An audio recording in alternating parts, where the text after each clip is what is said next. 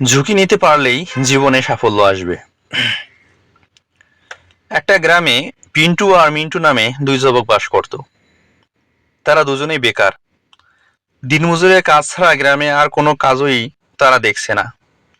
এদিকে নববিবাহিতা স্ত্রী নিয়ে দুজনেই একই রকম পারিবারিক অবস্থা। ভিন্ন মানসিকতার হলেও দুজনেই একটাই প্রধান সমস্যা, আর সেটা হলো কি করে টাকা রোজগার করা যায়। এইসব ভাবতে ভাবতে পিন্টুর মাথায় একটা বুদ্ধি খেলে গেল। সে মিন্টুকে বলল, দুজনে মিলে যদি একটা করে গাভী কেনা যায় তাহলে কেমন হয়। গাভীর দুধ বিক্রি করে কিছু টাকা পাওয়া যাবে, আর গাভীর বাচ্চাও হবে। ফলে গাভীর সংখ্যা বাড়তে থাকবে, দুধও বেশি হবে। আর এভাবে দুজনেই একদিন অনেক টাকার মালিক হয়ে যাব। গাভীর সংখ্যা যখন বাড়বে তখন লোক রাখবে দেখাশোনার। ফলে কিছু মানুষের কর্মসংস্থানও হবে। এভাবেই দুজনে একদিন ধনী হয়ে উঠবে। এভাবে পিন্টু তার ভাবনার কথা মিন্টুকে জানায়। এই প্রস্তাবটি মিন্টুরও খুব ভালো লাগে। সেও প্রস্তাবে রাজি হয়ে যায়। তারা দুজনে কথা পাক্কা করে ফেলে। খুব আনন্দ আর উদ্দীপনা নিয়ে দুজনে বাড়ি যায়। দুজনেই তাদের এই উদ্যোগের কথা তাদের নিজেদের স্ত্রীকে জানায়। পিন্টুর স্ত্রী সব শুনে খুব আনন্দের সঙ্গে তার গয়না খুলে স্বামীর হাতে দিয়ে বলল, খুব ভালো পরিকল্পনা। আমার গয়না বিক্রি করে গাভী কেন, যখন বেশি বেশি রোজগার হবে। গয়না কিনতে আর কতক্ষণ। স্ত্রীর কথায় গর্বিত হয় পিন্টু। ওইদিকে মিন্টু তার পরিকল্পনার কথা স্ত্রীকে জানালে তার স্ত্রী বলে, দেখো, একে তো আমাদের কিছুই নেই, খালি কয়েকটা মাত্র গয়না সম্বল, আর তা বিক্রি করে গাভী কিনবে। যদি গাভীটি মরে যায় তখন কি হবে। মিন্টুর মনেও খটকা লাগে। মনে হয় তার স্ত্রী ঠিকই বলছে, কারণ গাভী যদি মারা যায় একমাত্র সম্বল গয়নাগাটিও যাবে, গাভীও যাবে। এত ঝুঁকি নেওয়াটা উচিত হবে না। পরের দিন দুই বন্ধুর দেখা হলে মিন্টু বলে, ভাই পিন্টু, গাভী যদি মরে তাহলে। পিন্টু তখন বলল, এত নেগেটিভ চিন্তা করছিস কেন? কেনার আগেই গাভীর মারার কথা ভাবছিস? আর গাভী কোন কারণেই বা মরতে যাবে? মিন্টু একই সুরে হতাশ জবাব দেয়, তা তো বুঝলাম যে গাভী মরবে না, কিন্তু ধর যদি মরে তাহলে কি হবে? পিন্টু অত্যন্ত স্নেহভরে জবাব দেয়, তোর তাহলের জবাব আমার কাছে নেই। মিন্টু বলে, এই তাহলের জবাব আমার কাছে আছে। আমার বরবাদ হয়ে যাব, সব হারিয়ে নিঃস্ব হয়ে যাব। অত্যন্ত বেদনাহত হয়ে পিন্টু বলে, কিন্তু তুই কেন বারবার ভাবছিস যে গাভীটা মরে যাবে? একটু অন্যভাবে ভেবে দেখ।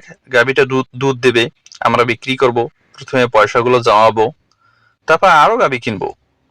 অনেক পয়সা হবে যখন, তখন অনেক গয়না কেনা যাবে, বাড়িও বানানো যাবে।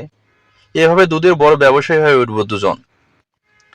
কিন্তু মিন্টুর ওই এক বুলি, এক জিকির, ব্যবসা, টাকা, বাড়ি, গয়না সব হবে তখনই যখন গাভীটা বেঁচে থাকবে। এরপর অনেক বোঝানোর পরেও মিন্টু তোতা পাখির মতো বলতে থাকে গাভী মরার কথা। পিন্টু আর বোঝাতে পারে না, শুধু বলে, দেখ মিন্টু, ওই রকম ভাবলে তুই কোনোদিনও কোনো কাজ করতে পারবি না।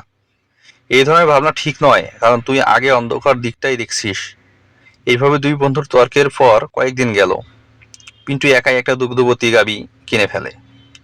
সে এখন আর দিনমজুরের কাজে যায় না। সকাল থেকে সন্ধ্যা গাভী দেখাশোনা করে, দুধ দোয়।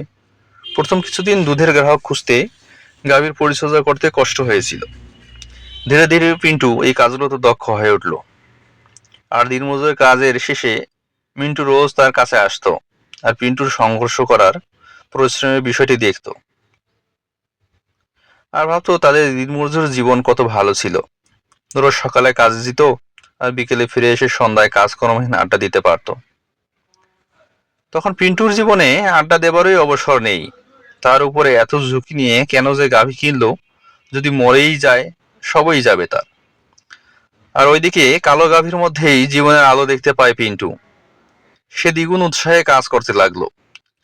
এটা ঠিক যে তার কাছে এখন অবসর নেই, কিন্তু সুন্দর ভবিষ্যতের কল্পনায় সময় নষ্ট করতে সে রাজি নয়।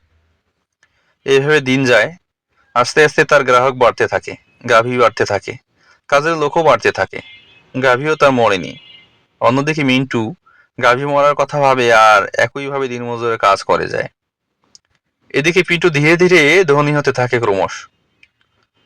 বন্ধুরা, এই গল্পের ভিতরের বিষয়টিকে যদি আমরা বুঝতে পারি, তাহলে আমাদের জীবনে পদক্ষেপ নেওয়ার শিক্ষাটি অর্জন করতে পারবো। তাহলে আমরা এই গল্প থেকে যেটা শিখতে পারলাম সেটা হচ্ছে কিন্তু, যদি, তবে ইত্যাদির জালে আটকে পড়তে নেই। নেতিবাচক ভাবনা কখনোই মাথায় আনতে নেই। ঝুঁকি নিতে পারলেই জীবনে সাফল্য আসবে।